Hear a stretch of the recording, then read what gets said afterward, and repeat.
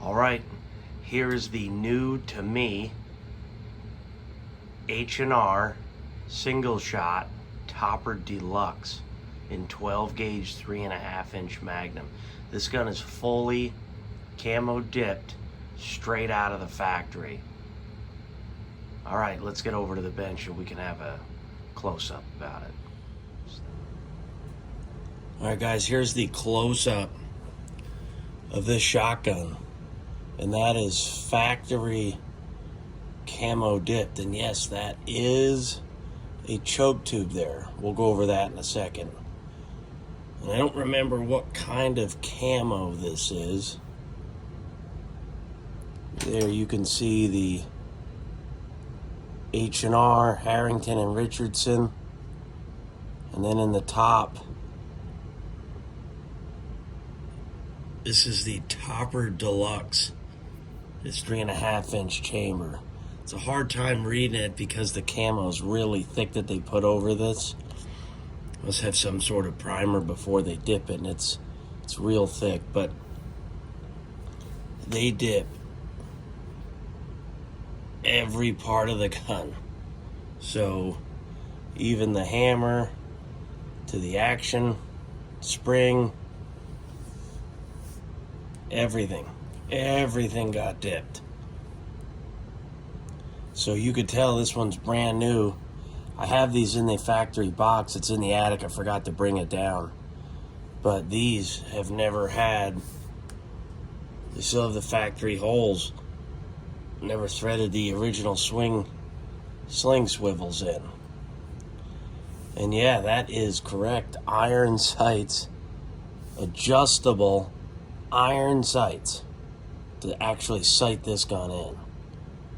Let's measure this first. So I'm going to measure from where the choke tube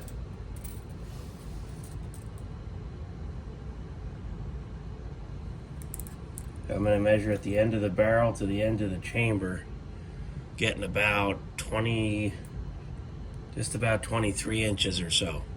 So it's got a 23-inch barrel, which, you know, is par for course for a turkey gun. Don't get me wrong, not that I'm the biggest turkey hunter, but because, you know, there's no action like an 870 or 500 or something like Mossberg 500, what ends up happening is this ends up just becoming like a lightweight, handy little gun. And right here is that balance point. It's right in the center. You almost don't, I almost think you don't even need a sling for this gun. So we got a 23-inch barrel or so. Like I said, adjustable iron sights. Now, none of this camo dipping has been broken, so nobody's, you know, put a screwdriver in there yet. And it's maybe not the best looking front sight, so maybe I'll put a touch of white paint or something on there.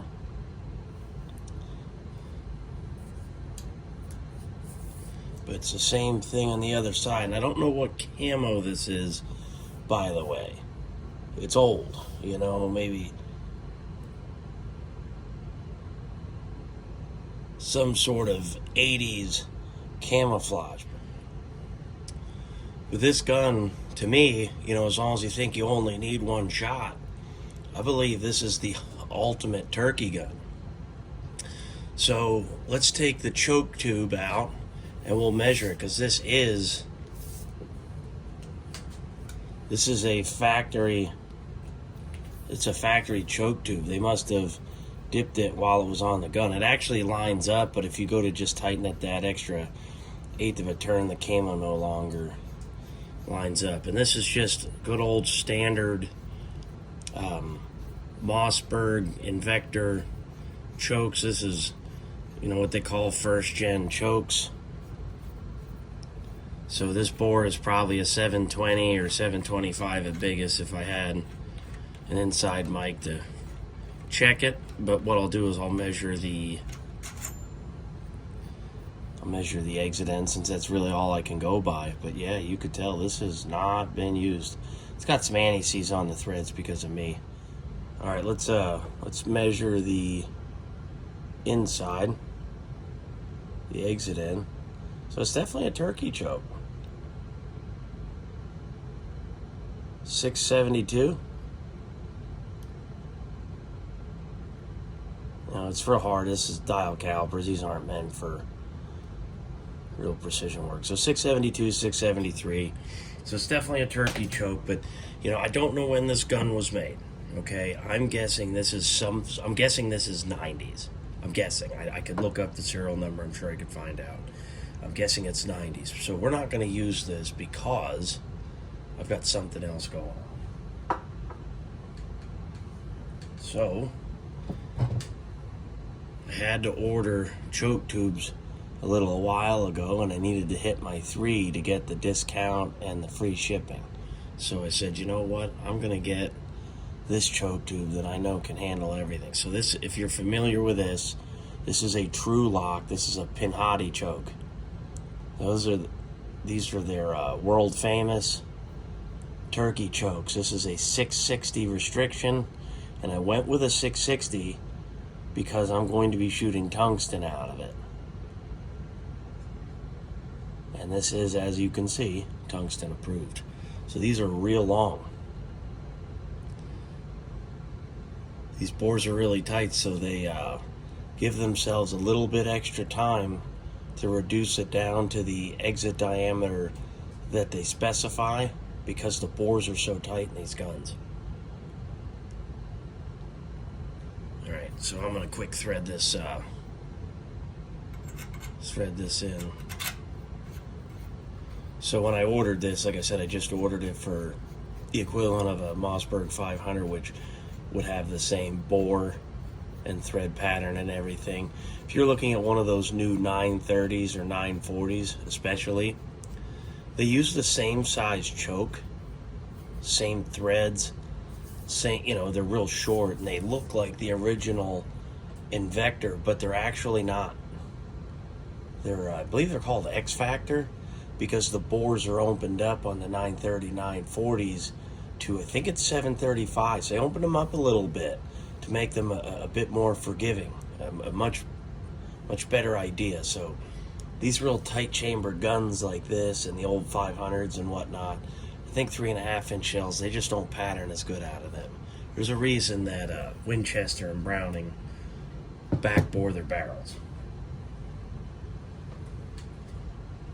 So here is the reason I'm going with tungsten. I had Keith set me up with some turkey shells because I'm just not the biggest turkey hunter, okay? I'll go out a couple times a year tops. I'm a waterfowl hunter and archery deer hunter mostly. So I had him make these loads for me. These are going to be perfect, I think. And yes, I went with number 8s. I know most guys are thinking, oh, what do you need number 8s for? Well, you know what? If I got something across the field and I can range it and it's, you know, much past the normal shooting distance, knowing what I did with 7.5s to geese with a 20 gauge 1 ounce, I think number 8s will take a turkey out 60, 70 yards out of a gun like this. Look at those crimps. Kind of hard to get a whole bunch better than that.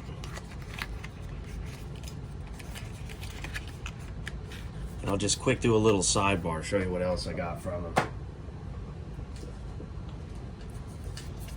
You guessed it. A 10 gauge, 3.5-inch, 3 ounce number 8. Kind of ridiculous when you think about it. But you know what?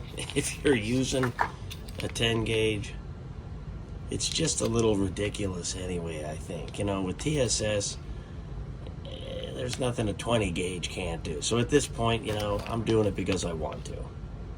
And you know what? I'm not the best turkey hunter, so if I can get them somewhat within range, it appears as though I'll probably be able to make the shot with this. Just got to make sure I don't take out the rest of the flock.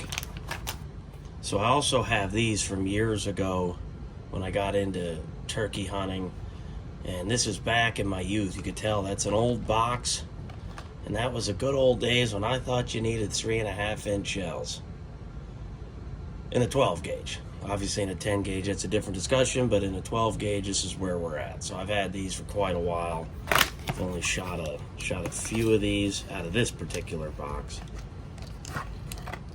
But old school Winchesters. So I might use these to sight in, or actually might just take some target loads to sight in and maybe confirm with these. Not really looking to blast through all my TSS right away, but 1300's pretty wicked for a turkey load, and then 2 ounce of 5-shot. I'd have rather had 2 1/4 and 1200 or something, but you know, marketing, and it worked for me. Well, many years ago, that is. All right, let's check the trigger pull and actual weight of this gun. So let's go on to that. I think you guys are going to be really shocked at how light this gun is. All right, so I got it set to pounds. And I'm going to put this gun on there the best I can. I already weighed this before, so I know what I'm getting into.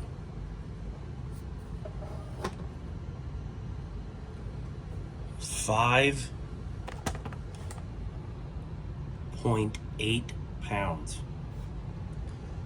That is correct.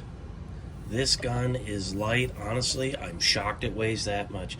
It feels like it's sub 5, but it could just be me because it's this single shot thing.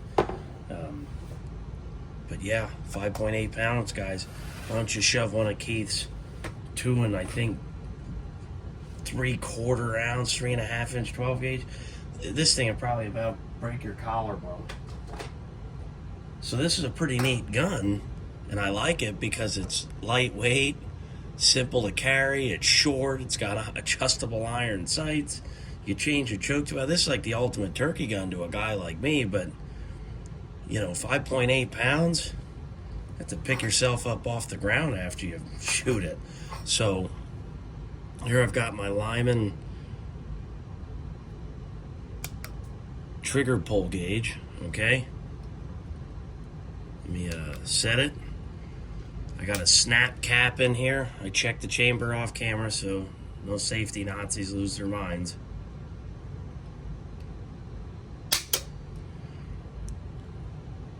.4 pounds.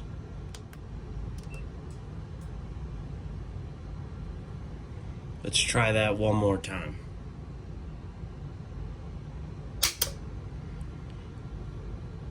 .59.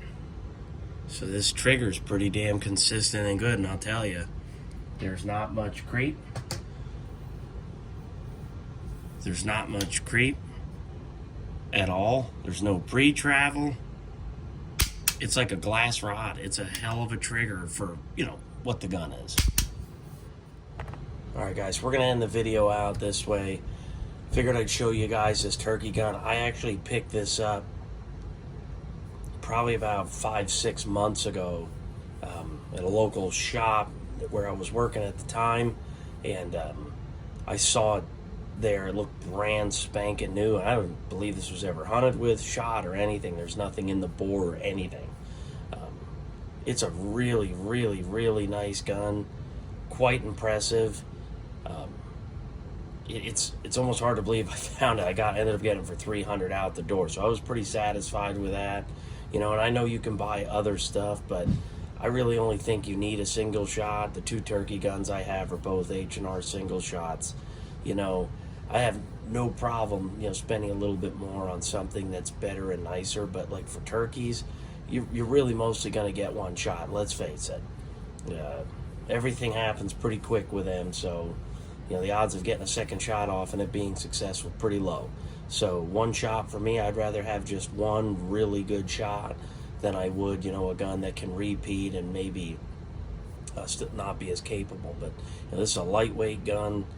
It should work really great for turkeys. The amount I do it, there's no point investing a whole lot of money into it. It just doesn't make a lot of sense for somebody like me. But before I go, one last thing I should show everybody. I assume everybody knows this, but I'll show you anyway. These H&Rs have, when you break the, see, it's still really tight. When you break it, it's got a ejector, so it's pretty nice. You know, it's like I said, that's a pretty nice gun there. So I think that's it for this video. Quick edit this one up and send it out, and see you guys next week.